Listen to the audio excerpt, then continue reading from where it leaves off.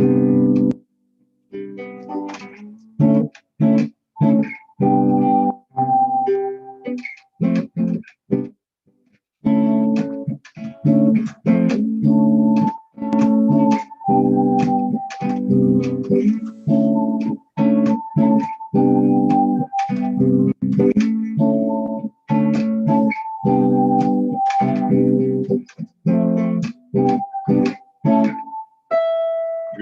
morning.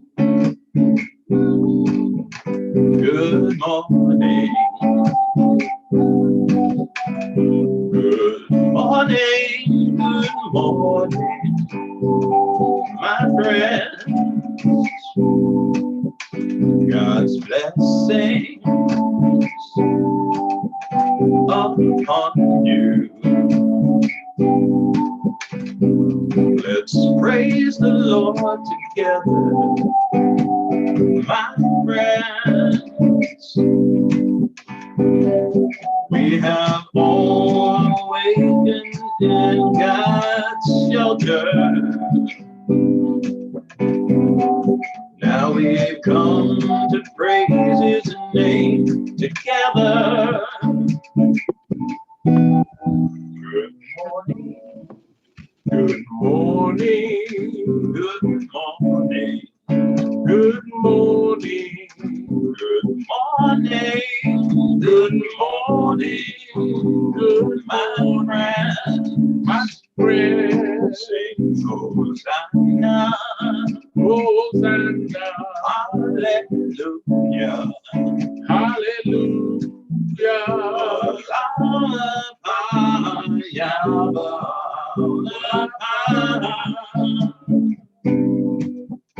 In the sanctuary of our Lord's protection and the stronghold of our Lord's defense, with His love our spirits are illumined. As we glorify His name, our hearts are blessed.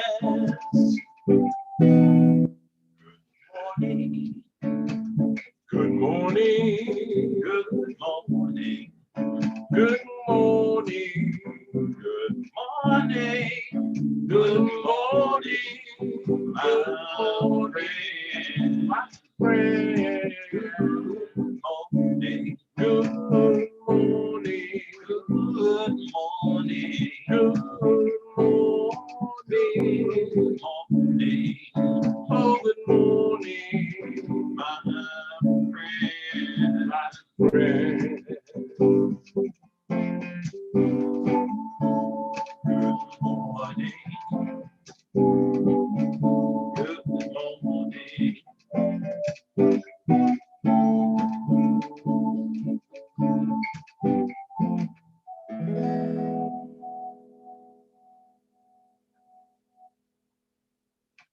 Good morning, everyone. Good morning, Harnay, and good morning, Farah, and good morning, everyone out there that might be joining us or that happens to be joining us in Facebook land. Good morning, Nini. Yeah. Hi there, Nini. How you doing? How you doing, Daryl? I'm good. How are you? I'm fine. Thank you very much. Thank you very much. It's a beautiful day out there. I think it's just a tiny bit humid, but it's not too bad for Florida, at least for this part of Florida. It's pretty nice out there. Yeah.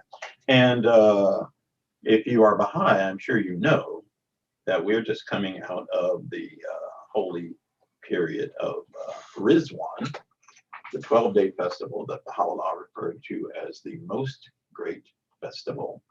And yesterday was the last day of Rizwan, was it not? Yes. Yes, it was. Yes, it was. 12-day festival. And I'm assuming that some of the people that usually join us in Zoom, maybe they're home sleeping off the 12-day party, even though Baha'is don't drink, and we're not, at least that's one of our rules. We're not supposed to drink. Doesn't mean we still can't party. As a matter of fact, last week we went to, we took Kristen to the fair, the state fair, and she got on 5 different rides. And one of them really was crazy. But most of the rides she got on, spinning.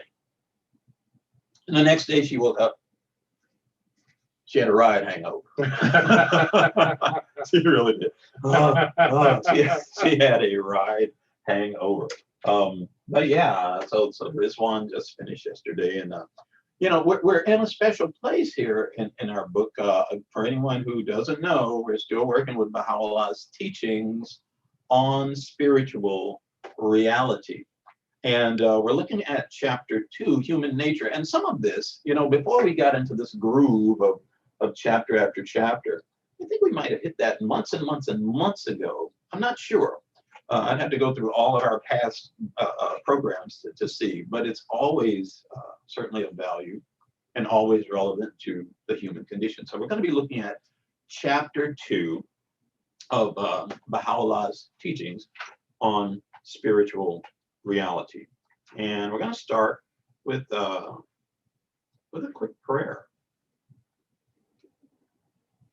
O my Lord, Thou knowest that the people are encircled with pain and calamities and are environed with hardships and trouble. Every trial doth attack man, and every dire adversity doth assail him like unto the assault of a serpent. There is no shelter and asylum for him except under the wing of thy protection, preservation, guard, and custody. O thou the merciful one, O my Lord, make thy protection my armor, thy preservation my shield, humbleness before the door of thy oneness my guard, and thy custody and defense my fortress and my abode. Preserve me from the suggestions of self and desire, and guard me from every sickness, trial, difficulty, and ordeal. Verily, thou art the protector, the guardian, the preserver, the sufficer, and verily thou art the merciful of the most merciful.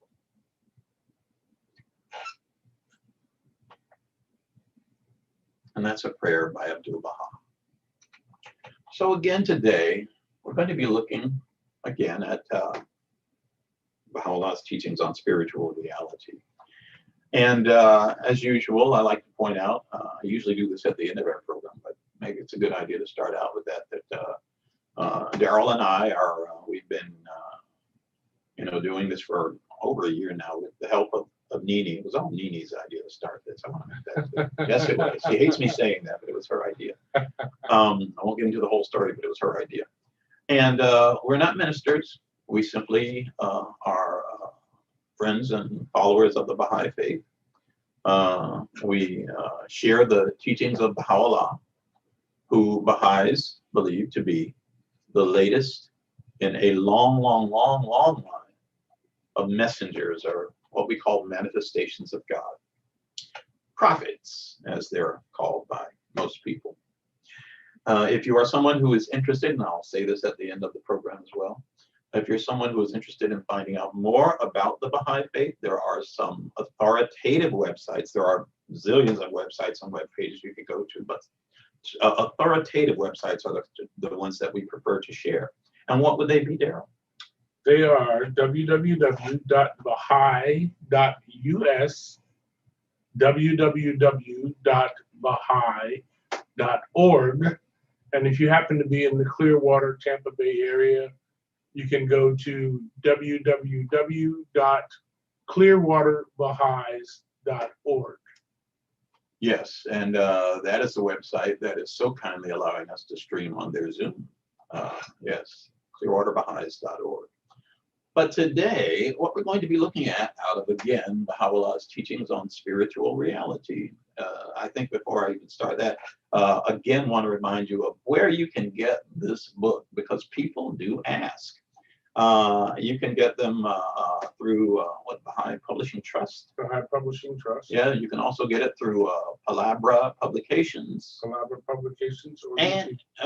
Or you can go to the Baha'i Reference Library online. Mm-hmm. Yeah, get it there for free. Or get it there for free. So if you'd like to have personal access to these, those are ways that you can do that. But today, what we're looking at is human nature. And I do want to point out also that this is a part of the first section of this book, The Quest for Spirituality. And last week, what we covered was what it means to be spiritual. And this week, we're looking at human nature. So, Daryl, if you would like to begin. Sure. In man, there are two natures, his spiritual or higher nature, and his material or lower nature. In one, he approaches God. In the other, he lives for the world alone. Signs of both of these natures can be found in men. In his material aspect, he expresses untruth, cruelty, and injustice. All these are the outcome of his lower nature. The attributes of his divine nature are shown forth in love, mercy, kindness, truth, and justice, one and all being expressions of his higher nature. Every good habit, every noble quality belongs to man's spiritual nature, whereas all his imperfections and sinful actions are born of his material nature. If a man's divine nature dominates his human nature, we have a saint. I'll say that again. If a man's divine nature dominates his human nature, we have a saint. Man has the power to do good, to do both, has the power both to do good and to do evil. If his power for good predominates and his inclinations to do wrong are conquered, then man in truth may be called a saint. But if on the contrary, he rejects the things of God and allows his evil passions to conquer him, then he is no better than a mere animal. Ooh. Wow. What are the animal's propensities? To eat, drink, wander about, and sleep. The thoughts, the minds of the animals are confined to these. They are captives in the bonds of these desires. Man becomes a prisoner and slave to them when his ultimate desire is no higher than his welfare in this world of the senses. Consider how difficult it is for man, consider how difficult for man is the attainment of pleasures and happiness in this mortal world. How easy it is for the animal. Look upon the fields and the flowers, prairies, streams, forests, and mountains. The grazing animals, the birds of the air, the fishes neither toil nor undergo hardships. They sow not, nor are they concerned about the reaping. They have no anxiety about business or politics, no trouble or worry whatsoever. All the fields and grasses, all the meadows of fruits and grains, all the mountain slopes and streams of salubrious water belong to them. They do not labor for their livelihood and happiness because everything is provided and made possible for them. If the life of man be confined to this physical, material outlook, the animal's life is 100 times better, easier, and more productive of comfort and contentment. The animal is nobler, more serene and confident because each hour is free from anxiety and worriment. But man, restless and dissatisfied, runs from morn till eve, sailing the seas, diving beneath them in submarines, flying aloft in planes, delving into the lowest strata of the earth to obtain his livelihood, all with the greatest difficulty, anxiety, and unrest. Daryl, I'm going to stop you there. I'm just going to stop you because, okay, Abdul Baha here seems to be saying, if all you're worried about is your physical survival, physical pleasures, you're no better than an animal. That's right. I'm stopping there because I'm like, occasionally I have those days. Maybe I shouldn't. Hi Gilbert, hi Cumbies and E.T. Maybe we shouldn't have those days, but it's that balance. I mean, let's face it, we do need to eat. I dare say we do need to have some fun sometime. You know, obviously not overdoing it, not excessively. And yet, if those are the main things that we're concerned about. In fact, I noticed that Abdu'l-Baha still says the animal is nobler, more serene, and confident because they're free from anxiety and worriment. And if that makes you noble, I ain't noble. Free from anxiety and worriment. And he says, but man, restless and dissatisfied, runs from morn till eve, sailing the seas, diving beneath them in submarines, flying aloft in airplanes, delving into the lowest strata of the earth to obtain his livelihood, all with the greatest difficulty, anxiety, and unrest. And therefore, in this respect, the animal is nobler, more serene, poised, and confident. I think about that song, His Eye is on the Sparrow. That's right. Yeah. You know, we're always worried. Where can I get? How can I solve this problem?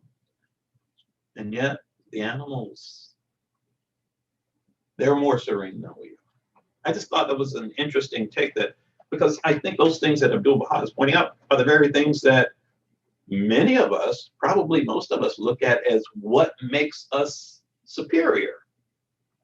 Right. You know? And it's not that those things are bad, but when that's the main thing that drives us, maybe there's a problem. Then we're no better than the animal. Yeah. Anyway, I just thought that might deserve a little bit of attention. I want to continue. Therefore, in this respect, the animal is nobler, more serene, poised, and confident. Consider the birds in the forest and jungle, how they build their nests high in the swaying treetops, build them with the utmost skill and beauty, swinging, rocking in the breezes, drinking the pure, sweet water, enjoying the most enchanting views as they fly here and there overhead, singing joyously, all without labor, free from worry, care, and forebodings. If man's life be confined to the elemental, physical world of enjoyment, one lark is nobler, more admirable than all humanity, because its livelihood is prepared, its condition complete, its accomplishment perfect and natural. But the life of man is not so restricted. It is divine, eternal, not mortal and sensual. For him, a spiritual existence and livelihood is prepared and ordained in the divine creative plan. The life of man is not so restricted. It is divine, eternal, not mortal and sensual. For him, a spiritual existence and livelihood is prepared and ordained in the divine creative plan. His life is intended to be a life of spiritual enjoyment to which the animal can never attain. This enjoyment depends upon the acquisition of heavenly virtues. Therefore, consider how base a nature it reveals in man that, notwithstanding the favor showered upon him, he should lower himself into the animal sphere, be wholly occupied with material needs, attached to this mortal realm, imagining that the greatest happiness is to attain wealth in this world. How purposeless. Please read that again from therefore. Therefore, consider how base a nature it reveals in man that, notwithstanding the favor showered upon him, he should lower himself into the animal sphere, be wholly occupied with material needs, attached to his to this mortal realm, imagining that the greatest happiness is to attain wealth in this world. How purposeless. Wow. How purposeless. Mhm. What ignorance is this? What a blindness. How glorious the station of man who has partaken of the heavenly food and built the temple of his everlasting residence in the world of heaven. I think it's time for a song. I think it's time for a song.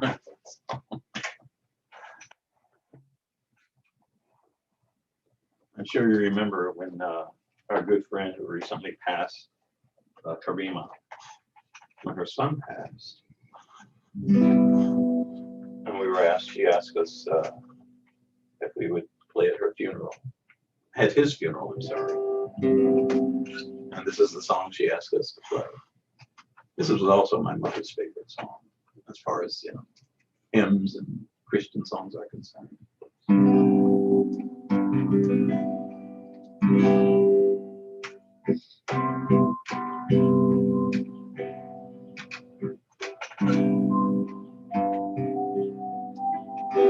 Why should I feel discouraged? Why should the shadows come? Why should my heart be lonely and long for heaven and home, when Jesus is my portion, my constant friend is He. His eye is on the sparrow, and I know He watches me. His eye is on the sparrow, and I know He watches me. I sing because I'm happy. I sing because I'm free. Sing because For His eyes on the sparrow, His eye is on and I know He watches me.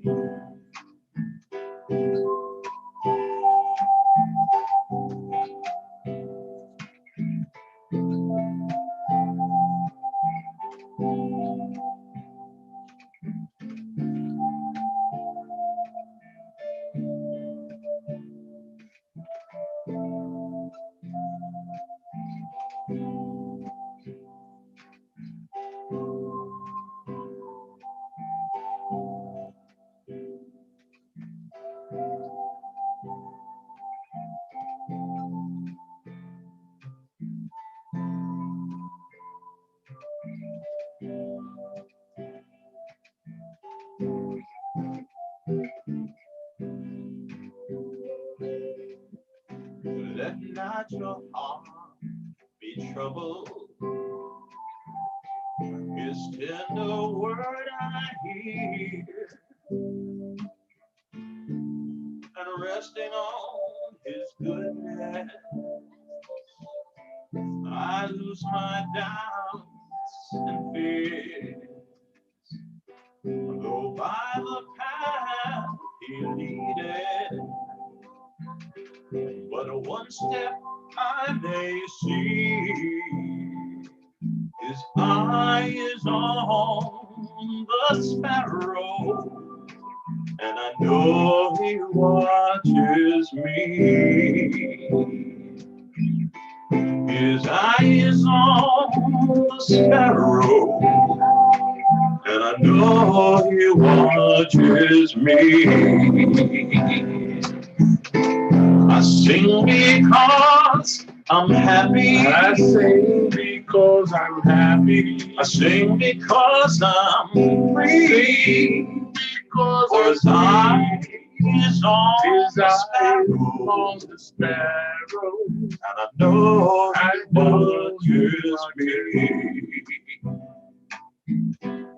Whenever I am tempted, his tender word I hear. Whenever clouds arise, when songs get placed aside, when hope within me dies, I draw the closer to him. Yeah, he sets me free. His eye is on the sparrow, and I know he watches me. His eye is on the sparrow, and I know he watches me.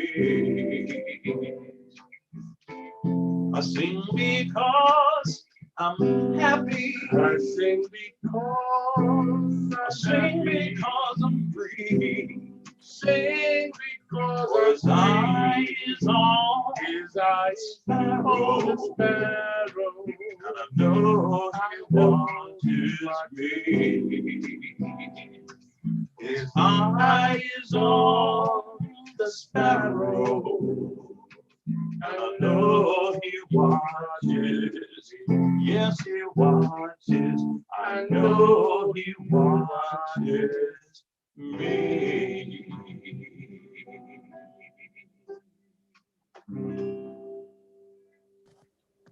I love that song. That's a beautiful. I need to go back and find out who wrote it because I do not remember. I used to know, but I don't remember. It's a common, very well known, old but very well known Christian hymn, and it's absolutely beautiful. To continue, again, we are reading about human nature, chapter 2, from Baha'u'llah's teachings on spiritual reality. Carry on, sir. In short, man is endowed with two natures. One tendeth towards moral sublimity and intellectual perfection. The moral sublimity, I'm not surprised about. Intellectual perfection, I think we need to emphasize, as well as moral sublimity. A lot of people lose sight of that. Anyway, I'm getting off. In short, man is endowed with two natures. One tendeth towards moral sublimity and intellectual perfection, while the other turneth to bestial degradation and carnal imperfections. If ye travel the countries of the globe, ye shall observe on one side the remains of ruin and destruction, while on the other ye shall see the signs of civilization and development. Such desolation and ruin are the result of war, strife, and quarreling, while all development and progress are fruits of the lights of virtue, cooperation, and concord. Before we continue, again, I want to touch on that whole intellectual perfection. Man is endowed with two natures. One tendeth toward moral sublimity and intellectual perfection, while the other turneth to bestial degradation and carnal imperfections.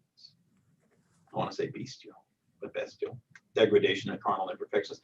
And it reminds me of how one of the precepts of the Baha'i faith is education. That's right. Education for all. Now, a lot of people might think of that as just, a social need. Well, it is a social need, but it is also a need of the individual to reach their full God-given potential. And as you know, the Baha'i writings point out that if a family is unable to educate all of their children, and they have boys and girls, who should be educated? The girls should be educated. The girls should be educated. Why is that? Because it is the girls who become mothers, and mothers are the first teachers of our children. Yeah.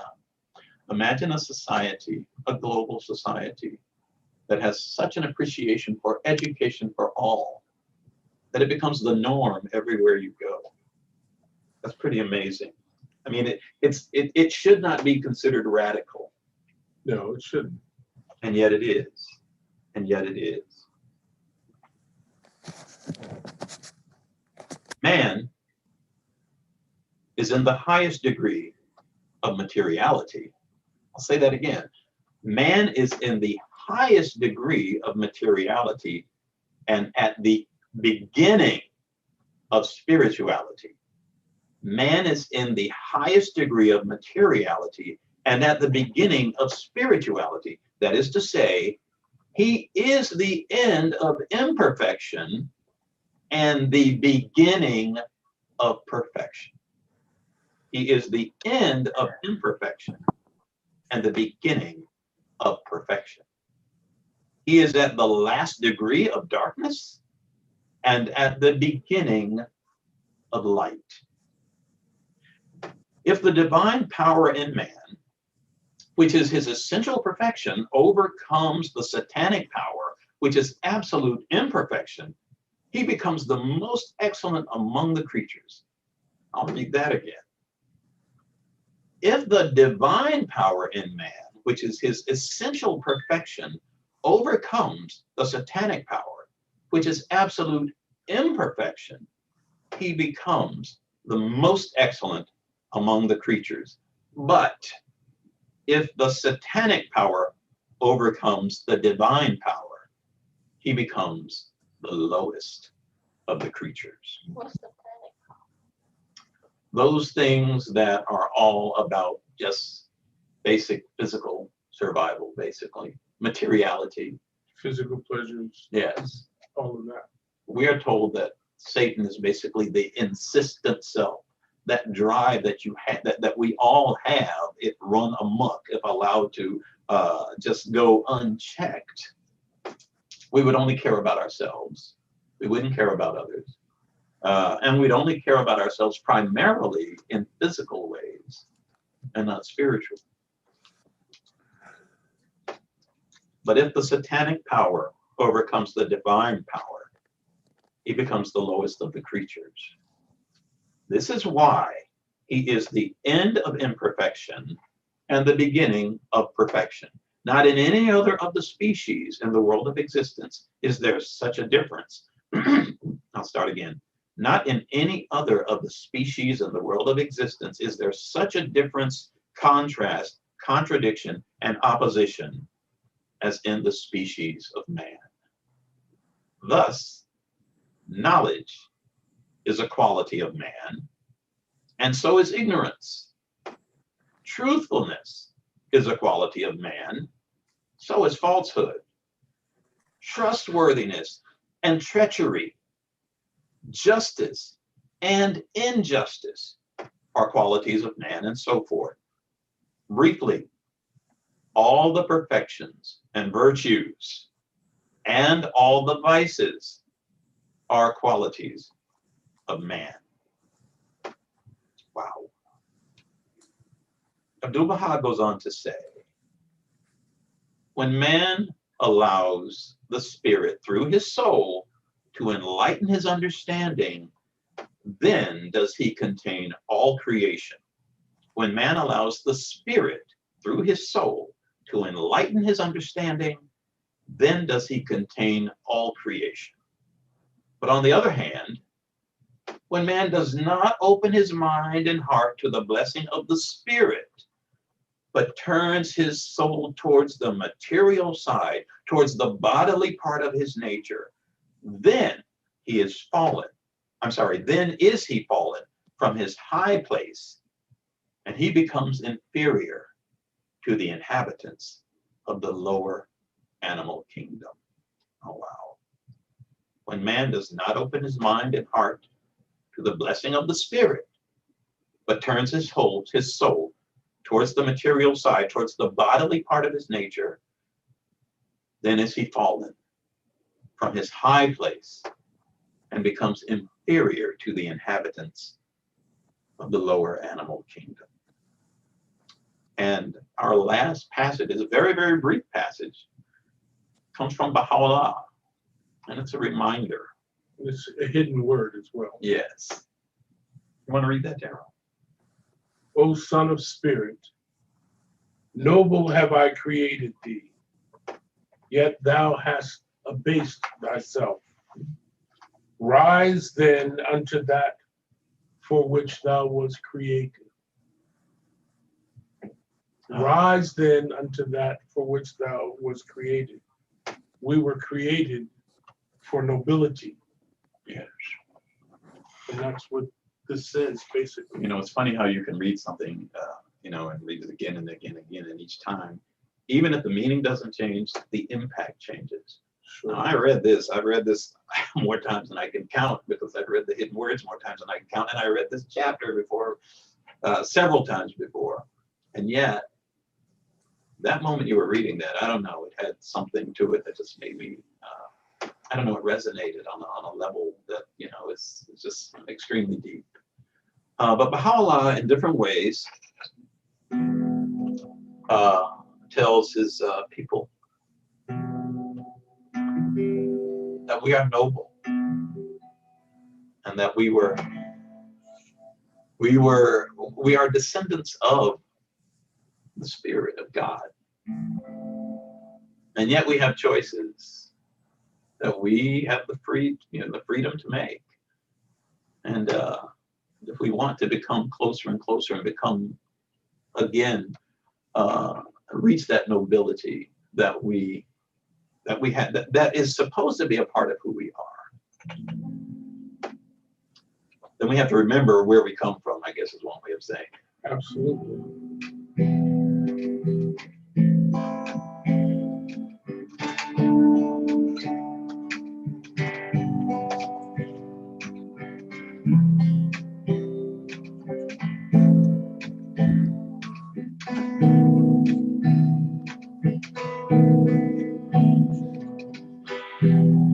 O Son of Being,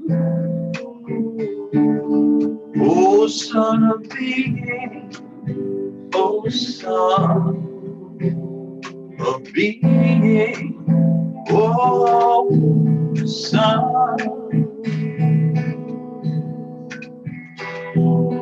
thou art my land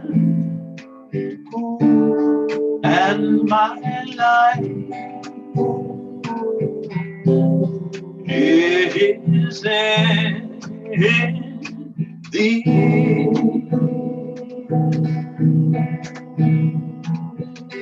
Get thou from it thy radiance, and seek none other than me.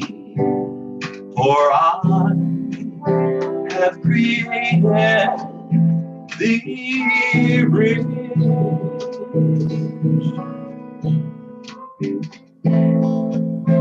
and have bountifully shed my favor upon thee.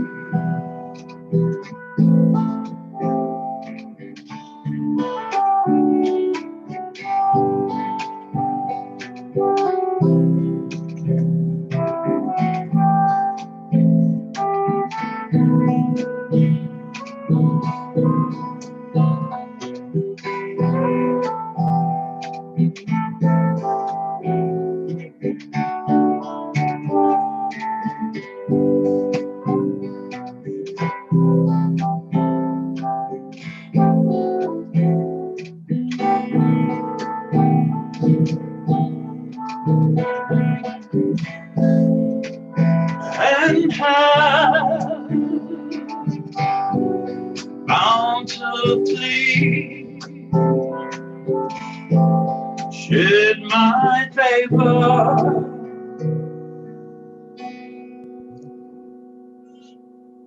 upon thee.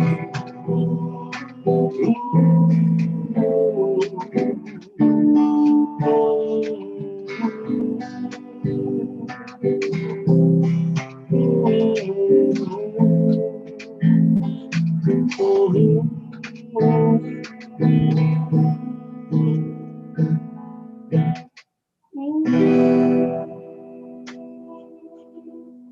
are created rich. He says, I have bountifully shed my favor upon thee. Well, folks, I think it's about time for our Camby's moment to start our time when we have prayers from anyone who would like to offer up a prayer. I see Sheila there, and I see Alahe is here with us today. So, Camby's, do you have something to share with us? Sure.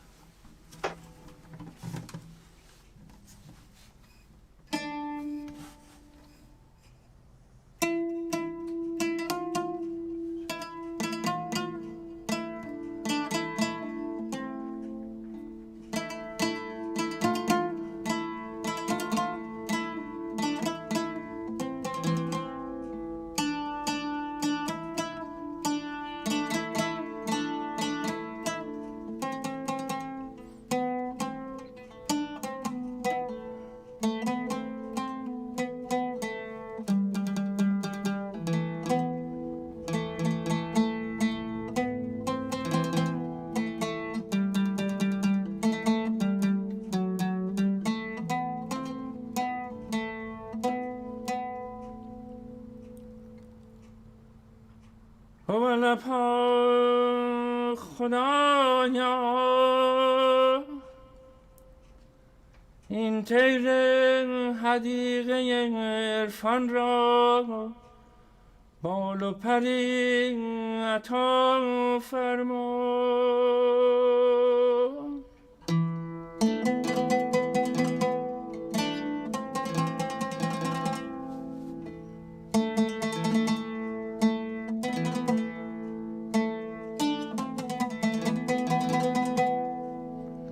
و این پروانه شمع محبت را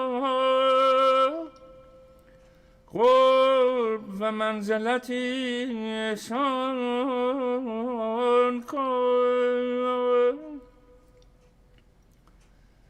سرگشته صحرای عشق را به الفتخانه عنایت دلالت کن و این تشنه بادیه هجران را به بحر لقای روحانی بکشان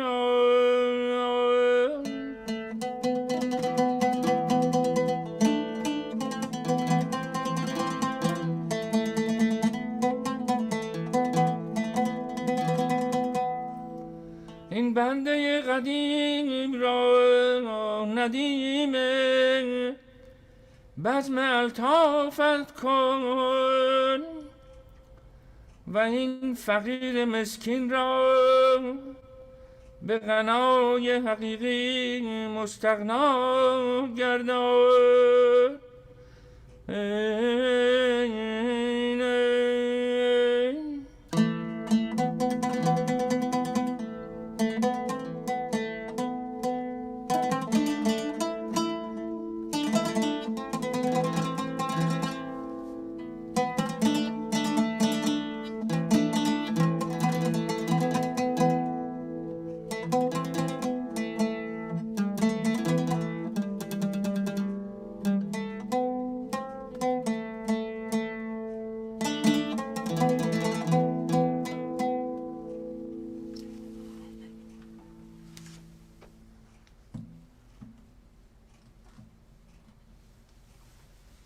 O thou kind Lord, these lovely children are the handiwork of the fingers of thy might, and the wondrous signs of thy greatness.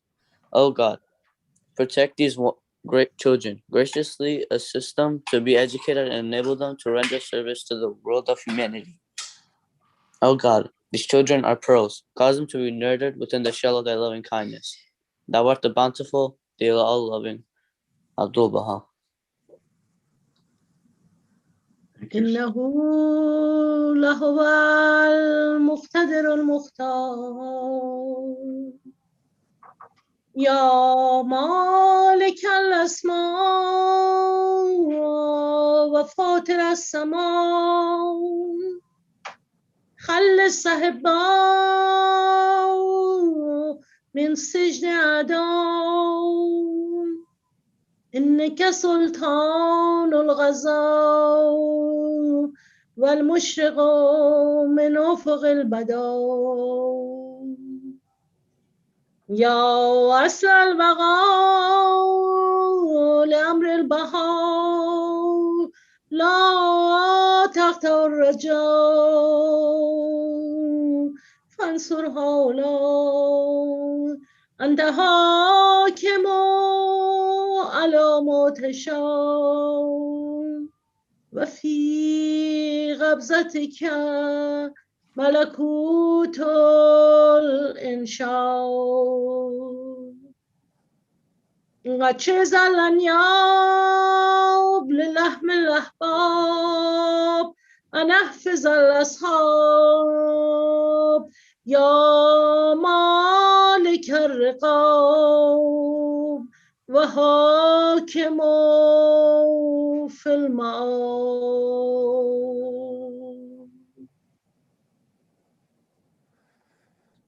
Thank you, Chief.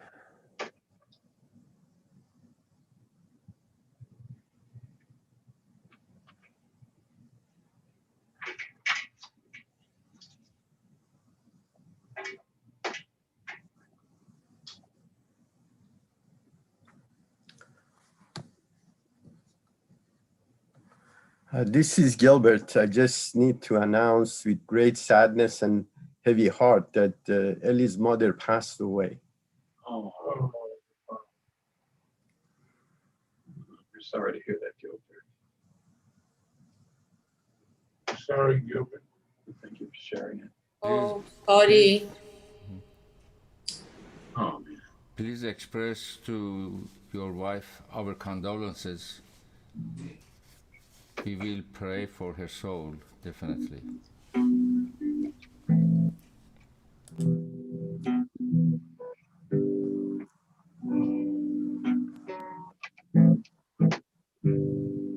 تسلیت به شما و خانم.